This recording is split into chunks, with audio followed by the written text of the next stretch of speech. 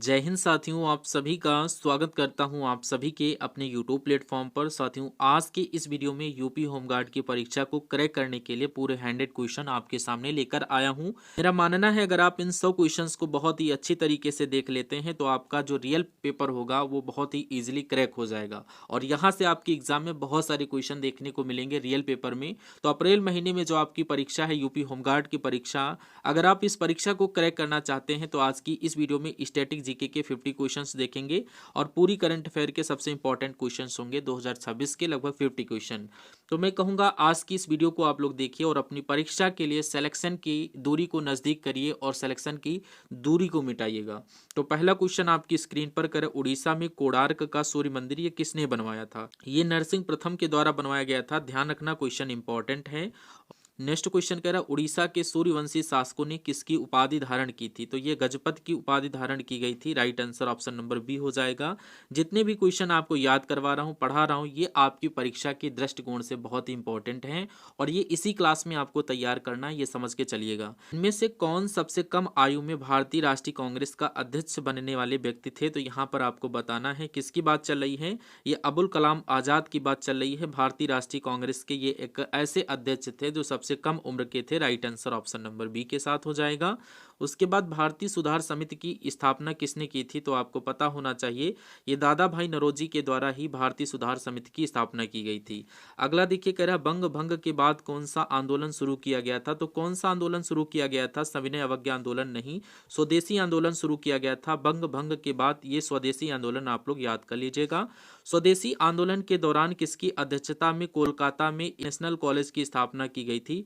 उसके बाद देखिए, स्वदेशी और बहिष्कार पहली बार किस घटना के दौरान संघर्ष की विधि के रूप में अपनाए गए? तो मैं कह सकता हूं बंगाल विभाजन के विरुद्ध आंदोलन के रूप में ये अपनाए गए, यानी कि स्वदेशी और बहिष्कार ये पहली बार बंगाल विभाजन के विरुद्ध आंदोलन के दौरान ये संघर्ष की विधि के रूप में अपनाए गए थे। ये आपको ध्यान रखना, इंपॉर्टेंट क्वेश्चन है। नेक्स्ट क्वेश्चन, निम्नलिखित में से कौन सा तारा सूर्य के सबसे नजदीक स्थित है? तो उसका नाम बताइए। तो यहाँ पर प्राक्सिमा सेंचुरी आपके क्वेश्चन का करेक्ट आंसर हो जाएगा। ये इंपॉर्टेंट क्वेश्चन है आपके एग्जाम के लिए और ये आपके एग्जाम में आ सकता है, स्टार लगा करके रख लीजिएगा। नेक्स्ट क्वेश्चन कह रहा है, पृथ्वी के सबसे निकट कौन सा तारा है? तो अगर इसकी बात की जाए तो आपको सूर्य बता देना है। और अगला देखिए, कह रहा है सबसे बड़ा तारामंडल किसे माना जाता है? तो ये आपको याद कर लेना है, हाइड्रा को माना जाता है। हाइड्रा सबसे बड़ा तारामंडल है, आपको ऑप्शन नंबर सी हो जाता है राइट आंसर। और उसके बाद देखिए यहाँ पर कह रहा है, एक ग्रह की अपने कक्ष में सूर्य से न्यूनतम दूरी को क्या कहा जाता है? उपसौर, अपसौर या अपोजी या पेरिजी? तो ग्रह की अपने कक्ष में सूर्य से न्यूनतम दूरी को हम लोग क्या बोलते हैं? उपसौर कहा जाता है। Right answer option number A कर देना है। और नेक्स्ट क्वेश्चन कह रहा है, भारतीय संविधान सभा में संविधान के प्रारूप पर जो प्रथम वाचन हुआ था ये कब से कब तक हुआ? ऑप्शन ए में दिया गया है 4 नवंबर 1948 से 9 नवंबर 1948 तक हुआ था क्या? जी हाँ, आपके क्वेश्चन का correct answer option number A बन जाता है। याद कर लेना, प्रारूप पर प्रथम यहाँ पर वाचन हुआ था संविधान के प्रारूप पर।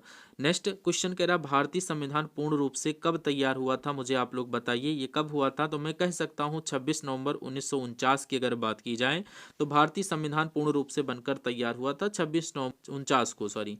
उसके बाद अगला क्वेश्चन कह रहा, भारतीय संविधान की अंतिम बैठक कब हुई थी? मुझे बताइए। एक बार कमेंट सेक्शन में ये बताइएगा कि संविधान दिवस कब मनाया जाता है। क्या बताएंगे आप लोग? संविधान दिवस ये कब मनाया जाता है, ये आप लोग कमेंट बॉक्स में बताइएगा।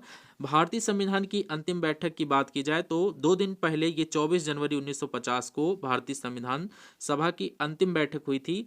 और नेक्स्ट क्वेश्चन कह रहा, भारतीय संविधान को कितने भागों में विभाजित किया गया है? तो ये 25 भागों में विभाजित किया गया है, इसलिए right answer option number B बन जाता है। उसके बाद देखिए, कह रहा है संविधान संशोधन की प्रक्रिया भारतीय संविधान के किस भाग में है? तो इसका जिक्र किया गया है भाग 20 में, यानी संविधान संशोधन की प्रक्रिया संविधान के किस भाग में है? तो भाग 20 में है। नेक्स्ट क्वेश्चन कह रहा, भारतीय नागरिकों के मूल कर्तव्यों का विवरण संविधान के किस भाग में दिया गया है? तो आपको बताना है भैया किस भाग में दिया गया है। तो भाग 4 के ए सेक्शन में दिया गया है। भाग 4 के ए में आपको लॉक कर देना ऑप्शन नंबर बी के साथ। और नेक्स्ट क्वेश्चन, भारत के प्रधानमंत्री के रूप में इनमें से किसका कार्यकाल सबसे कम था? तो किसकी बात चल रही है? तो यहाँ पर चौधरी चरण सिंह की बात चल रही है। भारत के प्रधानमंत्री के रूप में चौधरी चरण सिंह का कार्यकाल सबसे कम था। आंसर ऑप्शन नंबर बी के साथ कर देना है। नेक्स्ट क्वेश्चन, केंद्र की मंत्रिपरिषद में कितने मंत्रियों को शामिल किया जा सकता है? तो बताइए कितने मंत्रियों को शामिल किया जा सकता है? लोकसभा के कुल सदस्यों के 15%। यहाँ पर आपका 15% ही सही हो जाएगा। लोकसभा के कुल सदस्यों के 15% को यहाँ पर केंद्र की मंत्रिपरिषद में मंत्रियों को शामिल किया जा सकता है। नेक्स्ट क्वेश्चन आपकी स्क्रीन पर है, कह रहा है भारत में केंद्रीय मंत्री पद की शपथ से संबंधित प्रावधान किए गए हैं, किस अनुसूची में किए गए हैं, नाम बताइए। अनुसूची का नाम आपको याद कर लेना है, ये तीसरी अनुसूची में बात किया गया है इसका जिक्र। भारत में केंद्रीय मंत्री पद की शपथ से संबंधित प्रावधान दिया गया है। उसके बाद देखिए यहाँ पर राष्ट्रीय आपदा प्रबंधन प्राधिकरण के अध्यक्ष कौन है? वेरी मोस्ट इंपॉर्टेंट क्वेश्चन है, बताओ। राष्ट्रीय आपदा प्रबंधन प्राधिकरण के अध्यक्ष कौन है? ये आपके प्रधानमंत्री होते हैं। ऑप्शन नंबर ए आपके क्वेश्चन का सही आंसर बन जाता है। और नेक्स्ट क्वेश्चन कह रहा है लोकसभा के अधिनियमों के अंतर्गत सदन के नेता का अर्थ किससे है यदि वह लोकसभा का सदस्य हो? तो मैं कह सकता हूं प्रधानमंत्री साहब की बात चल रही है। लोकसभा के अधिनियमों के अंतर्गत सदन का नेता यानी लोकसभा का नेता किसे कहा जाता है? अभी मैंने आपको बताया है प्रधानमंत्री को कहा जाता है, वो लोकसभा के सदस्य होते हैं। कह रहा भारत के संविधान के किस अनुच्छेद में यह वर्णित है कि एक मंत्रिपरिषद होगी जिसका एक प्रमुख प्रधानमंत्री होगा? इसका अनुच्छेद 74 के 1 में किया गया है कि मंत्रिपरिषद एक होगी और जिसका प्रमुख प्रधानमंत्री होगा, याद कर लेना।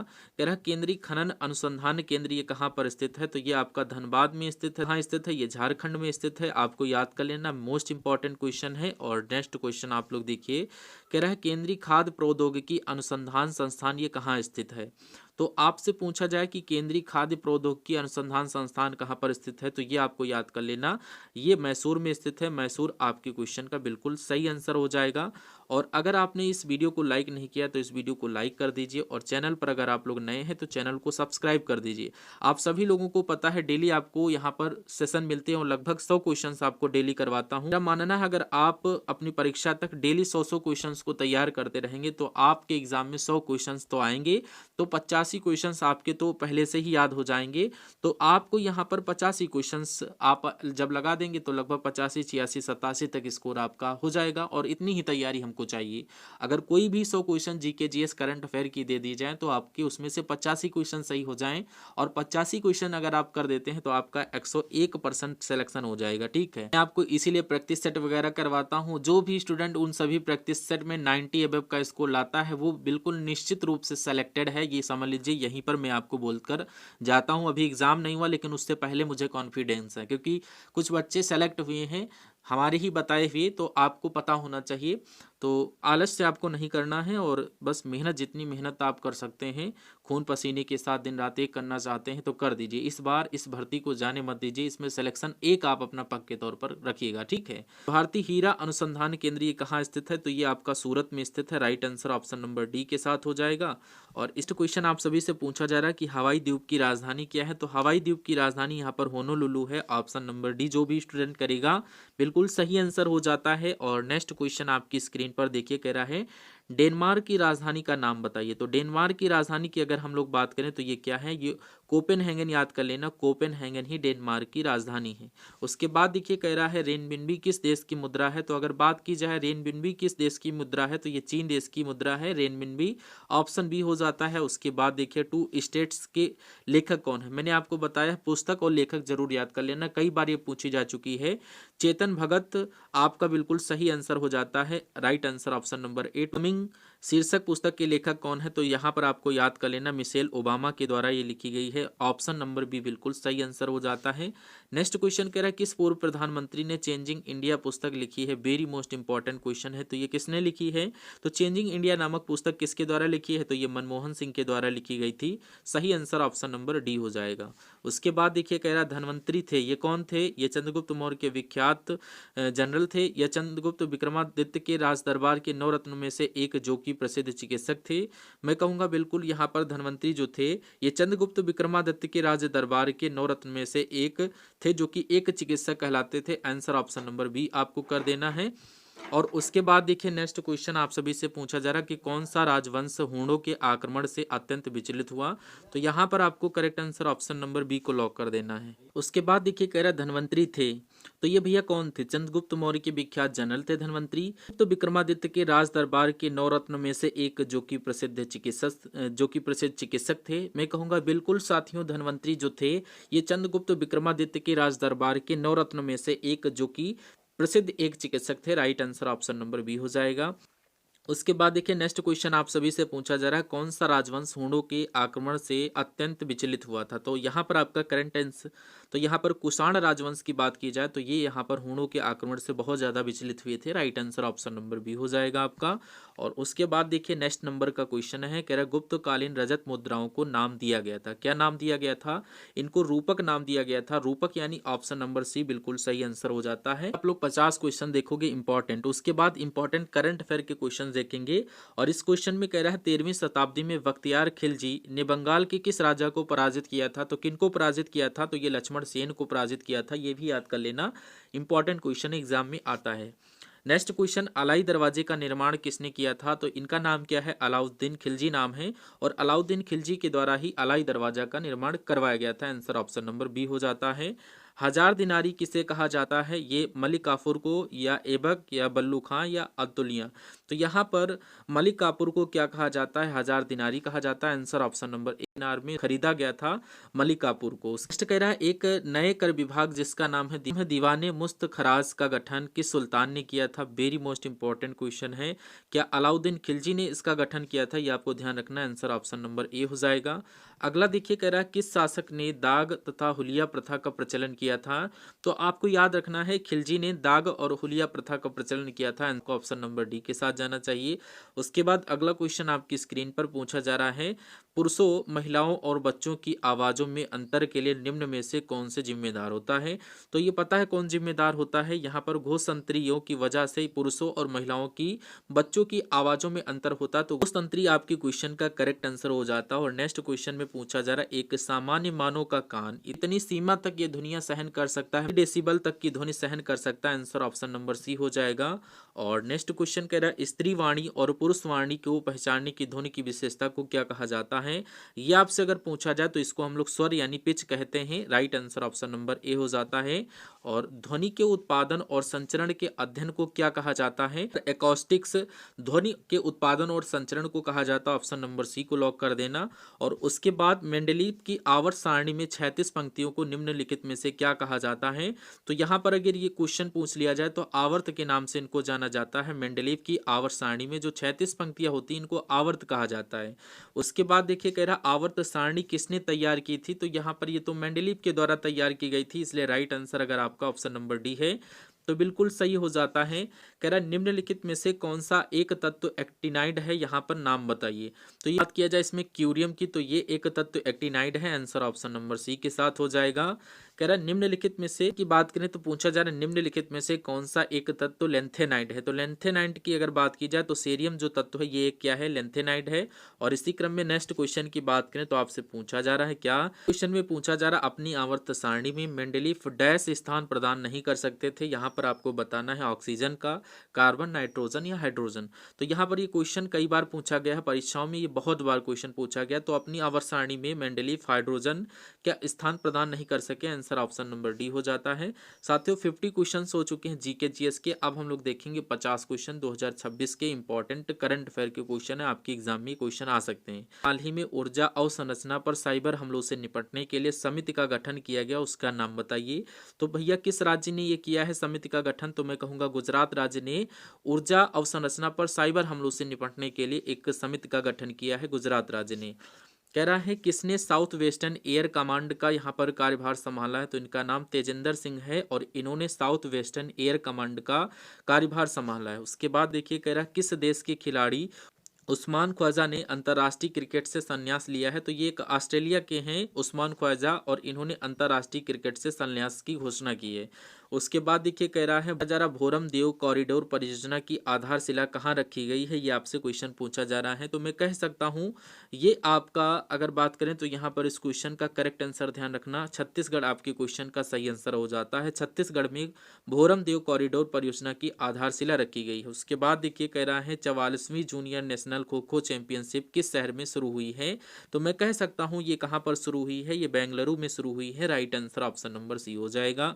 उसके बाद देखिए आपसे कहा जा रहा है हाल ही में एफको साहित्य सम्मान 2025 किसे प्रदान किया गया है। तो ये मैत्री पुष्पा को प्रदान किया है। मैत्री पुष्पा आपकी क्वेश्चन का करेक्ट आंसर हो जाता है। और कह रहा है कि क्वेश्चन में पूछा जा रहा हाल ही में जन्म दर बढ़ाने के लिए किस देश ने गर्भ निरोधकों पर कर लगाया है। तो आपको याद कर लेना है ये चीन आपके क्वेश्चन का बिल्कुल सही आंसर हो जाएगा। जन्म दर बढ़ाने के लिए चीन देश ने गर्भ निरोधकों पर कर लगाया है। उसके बाद देखिए कह रहा है नरेंद्र मोदी ने कहा भगवान बुद्ध से संबंधित पिपरावा के पवित्र अवशेषों की भव्य अंतर्राष्ट्रीय प्रदर्शनी का उद्घाटन किया है। तो ये कहाँ किया है, ये नई दिल्ली में किया है। इंपॉर्टेंट क्वेश्चन आपके एग्जाम में आ सकता है।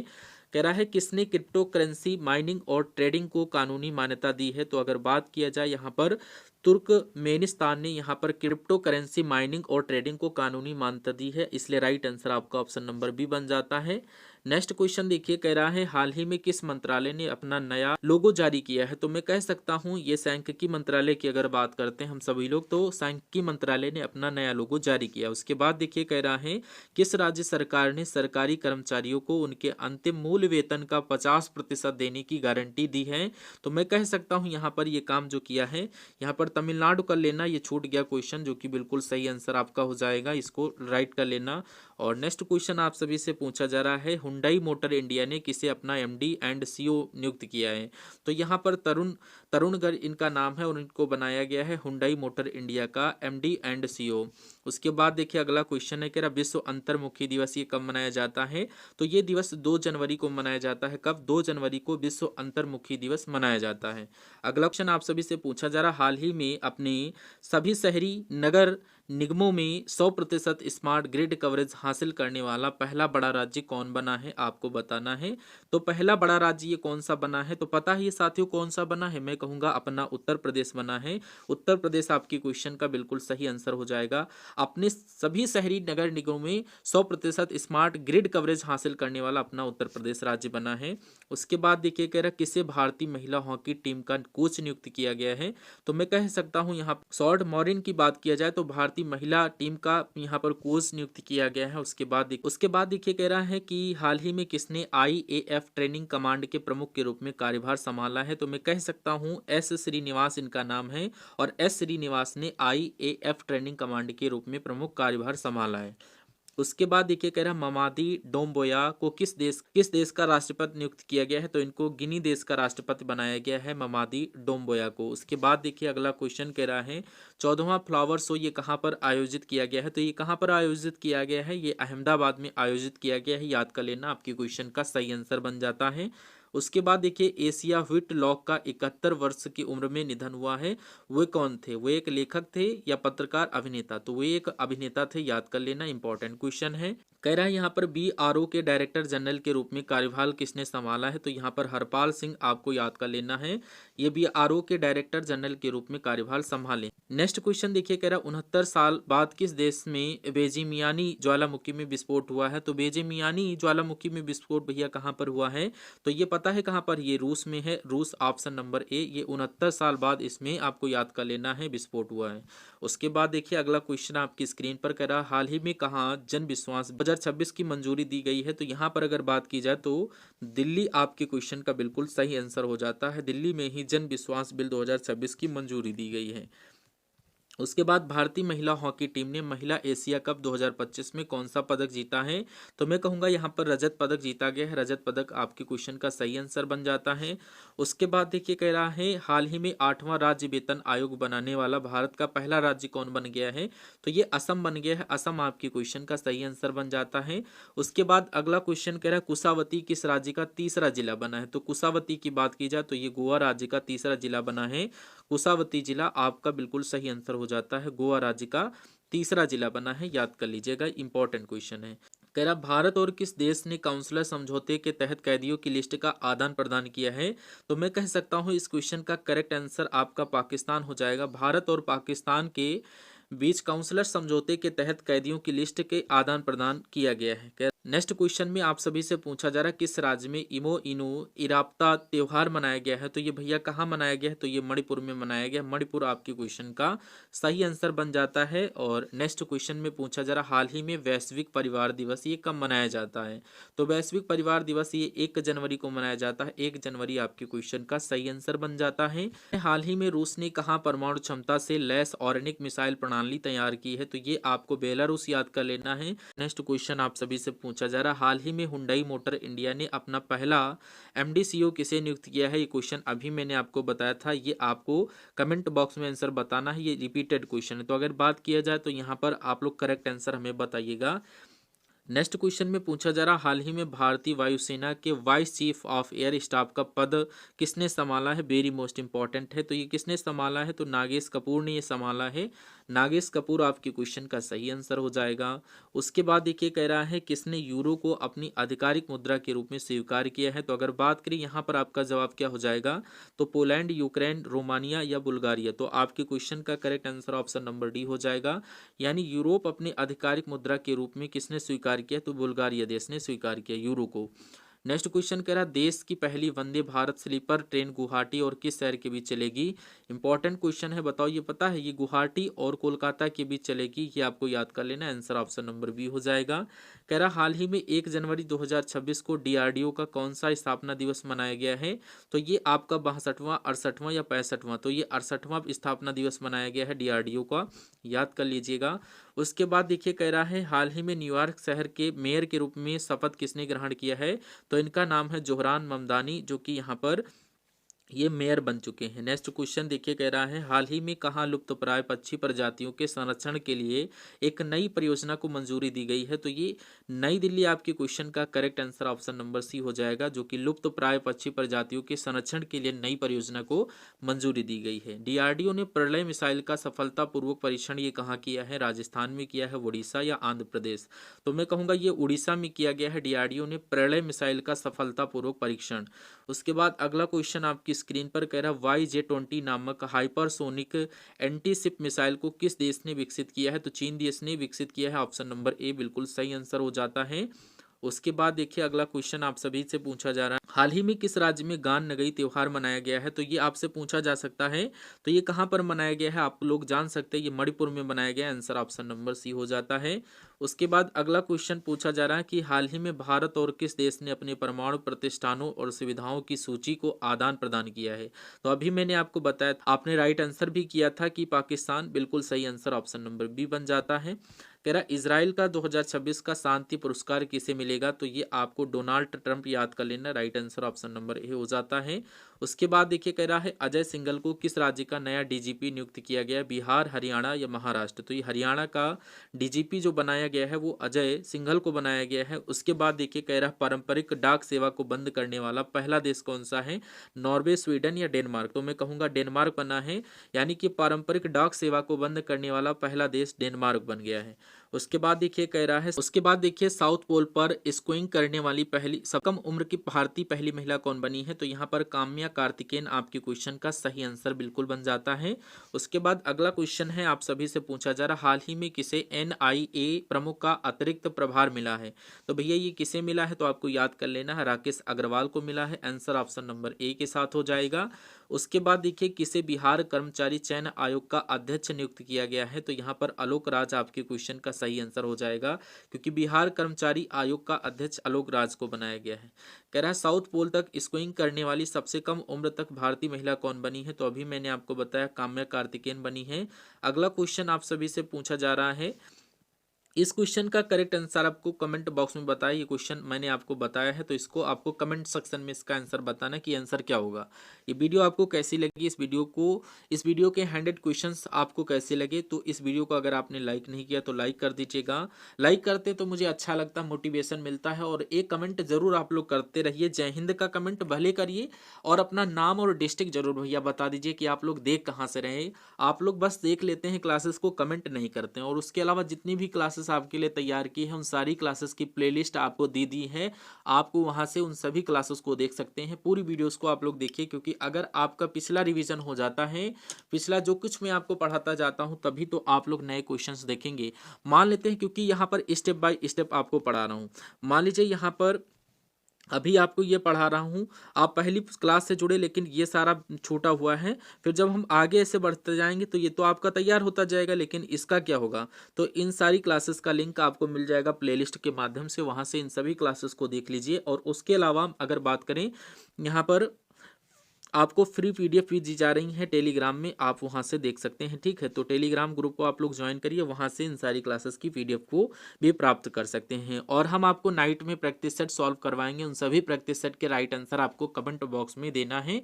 और प्रैक्टिस सेट में जो भी बच्चा यहाँ पर 80, 95 और 90 छुआता जाएगा, तो समझ लीजिए उसका सिलेक्शन एकदम पक्का है। बस आप लोग झूठ मत बोलिएगा, एकदम राइट। आपका जो प्रैक्टिस सेट मैं करवा रहा हूँ, एकदम रियल पेपर सोल्यूशन, जैसा कि पेपर आपके एग्जाम में आएगा उन सभी क्वेश्चंस को वहां पर करवाता रहता हूँ। आप लोग उसको जरूर अटेंड करिए। Thank you for watching.